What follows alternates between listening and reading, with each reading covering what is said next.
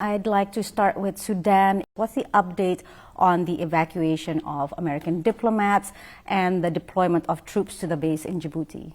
There's been no decision to evacuate our diplomats. We're still focused right now on pre-positioning appropriate military capabilities nearby in the region, not in Sudan, just in case there is a decision made to evacuate our embassy. The bottom line is the situation on the ground in Khartoum is not good. The violence continues. The fighting continues, despite both sides calling or urging the other to abide by ceasefires. There's still a lot of violence inside Khartoum, and so it's very tenuous. Very dangerous situation, and as we've said, if you are an American citizen and you didn't take our warning to leave Sudan, and particularly Khartoum, you need to take care of your own safety and security, shelter in place, find a place to stay where you can stay safe and not be moving around. And so there's no evacuation for American citizens at this point? There is no expectation that there's going to be a U.S. government evacuation of American citizens. That remains the case right now. So Secretary Antony Blinken has called the leaders of both the warring parties to push for a ceasefire. Obviously, that hasn't held.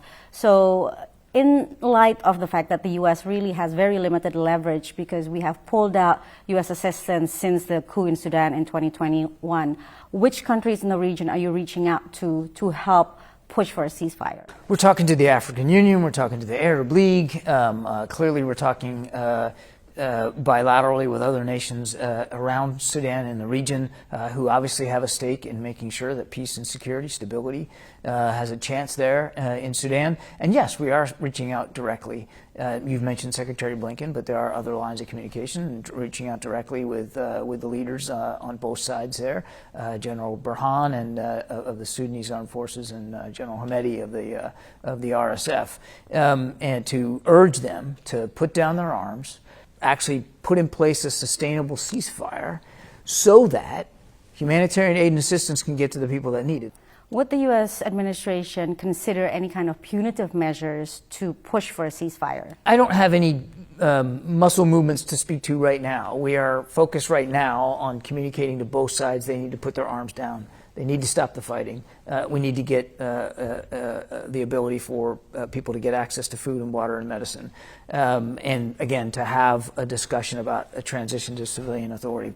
And how concerned are you that this would turn into a proxy war where outside groups such as the Wagner group that's already in the region might take opportunity from the chaos? Obviously, we don't want to see this conflict expand or broaden, and we certainly wouldn't want to see additional firepower brought to bear that will just continue the violence and continue to escalate the tensions. I want to move on to the South Korean president's visit next week. One of the leaks showed that there is concern from the South Koreans that President Biden might push President Yoon to supply military weapons and so on, and munitions particularly to Ukraine.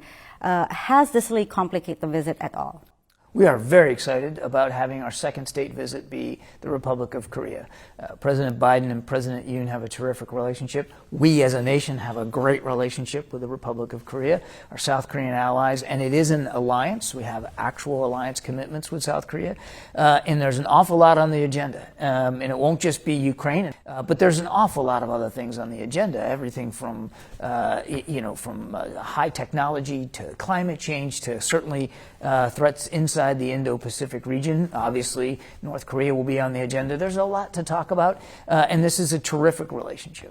President Yoon did say, though, recently in an interview that he may be open to providing munitions or military support in some ways to Ukraine under some circumstances. Is this something that President Biden will push President Yoon for? This isn't about pushing South Korea at all. It's not about pushing a friend and an ally. It's about having a meaningful conversation about items of mutual shared concern and interest. And certainly the war in Ukraine is something that South Korea shares a concern with. I'll let President Yoon speak to what he is or isn't willing to do. We have said from the very beginning, Patsy, that what a nation decides to do with respect to supporting Ukraine is up to them to decide. It's a sovereign decision. I mean, the whole idea of supporting Ukraine, this whole fight, is about sovereignty. It's about independence. And how ironic and hypocritical would it be for the United States to dictate terms to a sovereign nation about what they should or shouldn't do? If you can just let me know whether we can expect any kind of announcement in terms of extended deterrence, the nuclear umbrella,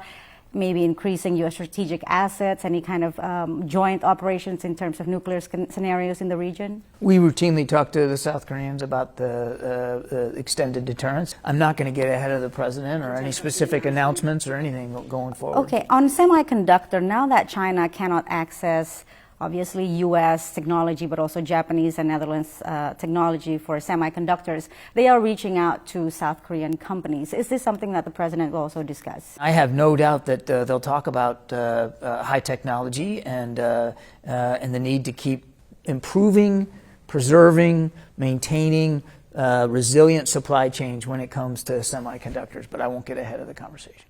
You mentioned Ramstein.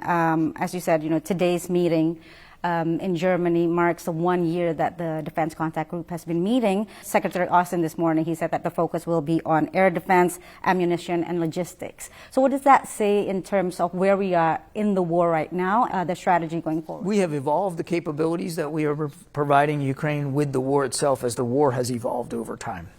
Here we are past a year in there. And we know that in the spring, when the weather improves, and it's already starting to improve, that we can expect the Russians to want to go on the offensive in some areas. And we don't know exactly where or how they'll do that. But we want to make sure that the Ukrainians are able to better defend themselves against that. And if they choose offensive operations of their own, that they've got the capabilities to conduct those. And you heard Secretary Austin talk about air defense, talk about armor capabilities, because we believe that one of the things, and they say they need to be better at combined arms warfare, which is maneuver warfare in open terrain. That requires armor, that requires artillery, that requires some air defense. But he also talked about logistics, because that's really the lifeblood of any army in the field, is how do you keep it in the field? How do you sustain it? How do you get them spare parts and food and water and fuel, the kinds of things that they need to maintain operations in a continuous way.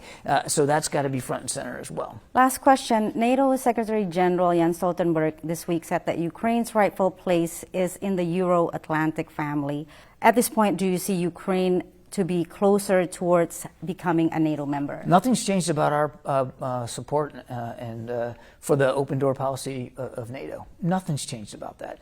We continue to support an open door for NATO, but we've also said that any conversation about coming into the alliance has got to be a conversation between the nation in question and the alliance itself. But do you see that Ukraine itself has improved, because there are certain criteria that it must meet to become a member? Our focus right now with respect to Ukraine is making sure that they can beat back the Russian aggression, that they can be successful on the battlefield so that President Zelensky, if and when he's ready to negotiate, he can be successful at the table. That's our focus. We'll let the Secretary General speak for the alliance.